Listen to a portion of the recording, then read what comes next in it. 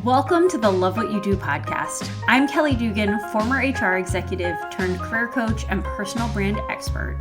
And I'm here each episode sharing strategies to help you discover your unique value, leverage your personal brand, and take action to create a career you love. Welcome back to the Love What You Do podcast, my friends. I am so excited to dive into today's topic because this is the first topic that has actually been submitted by one of you, one of our listeners. And we are diving into how you know when it is time to leave your job. So if you have a topic on your mind, I just want to remind you, you can send me an email anytime at info@yourplaceathetop.com, and we'll make sure that we create an episode on that for you. Or you can also make sure you're following me on social media at Your Place at the Top on Instagram. You can follow me at Kelly Dugan on LinkedIn as well. And we do take some listener requested topics that way too. So if you have a question that you need answered, just letting you know, it's an open door. We can do that for you. But like I said, today we're going to talk about how you know when to leave your job. And the first thing that I'll say about this is that there's a lot of advice out there that might seem like hard and fast rules, right? Like you want to make sure that you're staying in a role at least 2 years, or you want to make sure you haven't stayed in a role with limited mobility within that role for anything more than 5 years. I am not a fan of blanket rules in general when it comes to our career paths and discovering what we want to do, because the fact is each situation is incredibly different. And if you're not taking into account all of the unique pieces of your actual path, you might be being led to make the wrong decisions for you. So what we're going to dive into today is not those hard and fast rules, but how you can look inside yourself and know what the right thing to do is for your specific situation. And when we think about when it is time to leave a role, there are really two paths that happen for anyone to exit an organization. There is the voluntary path and there is the involuntary path. And the unfortunate fact is that for some of us, we don't get to make the decision of when to leave an organization. And that's an incredibly difficult topic that we're going to cover in a future episode, I promise, of how you can pivot in those situations and cope with those moments when leaving an organization wasn't necessarily your decision. But what we're going to focus on today is the challenges that come from it being your decision. Because sometimes when we have the gut feeling that it might be time to leave a certain organization or current role or our current job, we don't take action. And because this path requires both decision and action, it comes with unique challenges. So what I'm going to share today are what I think are some of the signs of how you know it might be time for you specifically to walk away. And one thing I'm just going to call out up front, I am getting closer and closer to my due date for baby girl here. So I very well could be running out of breath a few times during this podcast. So please bear with me if you hear me taking a few extra breaths or taking a little bit longer to get some words out today. That's just where we are on this journey over here. So, okay, back to what are the things that you want to look for that may be indicators that it is time for you to pivot and walk away from your current role. The first one is when there is nothing left for you to give in that organization. And here's what I mean by that. When you are showing up to work every day and you feel like you are showing up in your unique value, right? We've talked about unique value on the podcast before. If you're not familiar with that, go back and listen to one of our previous episodes. But when you're showing up providing the unique value that you provide, and you no longer feel like that is being received by either your coworkers or your manager, your team, the organization more broadly, it's not being valued like it once was. that's an indicator that you may not have anything left to give to that organization. That does not mean that your unique value is not valuable. It does not mean that what you bring is not valuable. It just means that in that specific circumstance, at that specific place, at that specific time, it may not be what is needed. And when you're feeling that, it can be an incredible blow to your confidence, right? Because you are showing up to work every day. You're showing up to provide the value that has worked for you at that organization for months, maybe even years. And suddenly it doesn't feel like a fit anymore. So what's the first thing that we do? We start looking in the mirror and saying, well, what's wrong with me? And one thing I want to encourage you to think more deeply on is this a problem that's inward, or is this just a mismatch for this particular time in this particular place? Other ways that you might feel like you have nothing to give to the organization is, if you start to feel as though your ideas are maybe being rejected in meetings where they were at one time being celebrated, or maybe you've lost the motivation to even come up with new ideas or want to pitch them at all. Maybe projects that you once found very interesting are now not going to you, but going to others. Or projects that you once found very interesting are no longer the priority of the organization and are no longer being invested in. These are all things that can make you feel incredibly disengaged in your work and can be a huge indicator that maybe this is the end of the path for you at that organization.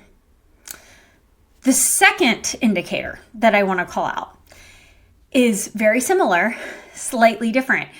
This time, it's if there is nothing left for you to get from that organization. Maybe you still feel as though you are contributing, but you're contributing only for the organization's benefit, and you're no longer gaining any benefit out of that mutual relationship. So that could look like lack of advancement opportunities. You're looking around and saying, you know what? In order for me to achieve that next level, I don't see a pathway for that to happen here. It could be a lack of professional development opportunities. Maybe they're not investing in your learning. You're not able to go out to the conferences that you want to go out to or experience the things that are going to help you grow as a professional. And it can also look like not having anyone to learn from in the organization. Mentors are incredibly important in our career. That's a whole episode in and of itself right there that we can talk about how mentorship can impact your career and the different types of mentors that you can have. But when you find yourself at an organization where you're no longer learning from the people who have more power than you have, it can be incredibly demotivating, and the what's in it for you of that role starts to fade. And then another piece of this is compensation, right? Sometimes the compensation that we have at the role that we're in is not where we want to be, and there's not a pathway to increasing that compensation there. And that, again, can be another indicator that you are falling into that category of, you know what, I have nothing left to gain from being here. So those are our first two. We've got there's nothing left for you to give, and we've got there's nothing left for you to gain from that organization. And those are two indicators that it might be time to leave.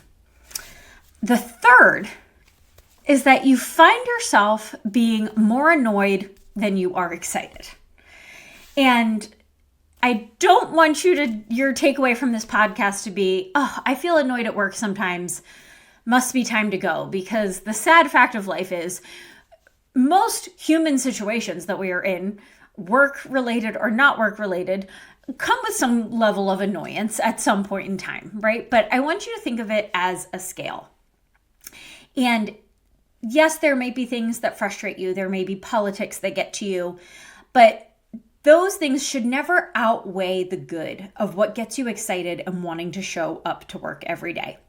Even if those things are equal, maybe they're out of balance for a bad week, but things should always kind of fall back into place where the excitement is outweighing the annoyance. But if you find yourself complaining every day of these annoyances and not able to appreciate the things that once made you excited, that can be a huge indicator that maybe it is time to leave the organization. I can say from personal experience, this was the one that started to get me when I knew it was time to transfer out of corporate and for what my chosen path was, go into my own coaching and consulting business. Because I found in my job that I had loved through a 10-year tenure there, that I was starting to be annoyed by small things that at one point in time never would have bothered me. I always was able to have the mindset and the attitude of, you know what, that is logistics, that's minutia. We don't need to focus on that. Let's focus on the big picture and get excited about the things that I was building. So excited, in fact, that the little annoyances, like, they didn't even matter. And then suddenly, the things that were bothering me were starting to outweigh my excitement for wanting to invest in the growth of what we were doing. And at first, it was my gut instinct, as I think many people's gut instinct would be, is to get annoyed at the organization, right? Like, wow, why do they do these things this way? Why do they make these decisions? And I realized that really wasn't fair of me because the organization hadn't changed. Nothing there really was different than it had been for my whole tenure. But what had changed was me. And things that didn't used to bother me were suddenly under my skin. And you can stay in a situation like that, but at the end of the day, some of those big things that might be annoying you are not going to change overnight. So if you can't change the reality of the environment that you're in, you have to change your environment, and you have to change to make an adjustment to who you've changed to turn into. And there's nothing wrong with that. The organization's not at fault. You're not at fault. It's just time to move on and time to go. And like I said, this was my major indicator that I experienced. And I would say that the fourth indicator that it may be time to leave your organization falls into how seriously you find yourself contemplating and daydreaming this question. If it's on a weekly, daily basis when you're asking yourself, how do I know when it's time to leave? How do I know when it's time to walk away? I am willing to bet that there's a part of you that has already made up your mind. And you know it's time to turn and walk away from that organization and to make an exit plan. But maybe you have a little bit of fear of taking action. Maybe there's a limiting belief mindset that's at play that's keeping you there. If you find that you are really passionate in wanting to dive into this decision and put the time into thinking of if it's right to leave, generally a part of you already knows that it is time. And what might be holding you up is creating the action plan to make it happen, because taking action is scary. Making a huge decision like this is scary, and especially anything that involves changing the status quo. The easy thing to do is to show up to work every day, be a little annoyed about things that are happening, feel like maybe you've given all that you can give or you've gotten all that you can get, but you just keep showing up to work every day because that's what you've done for the last how many months or years. That's the easier path in a lot of ways. The harder path is accepting the fact that it is probably time to walk away and creating a plan that's going to allow you to do that. And that, my friends, is going to be the topic of our very next episode.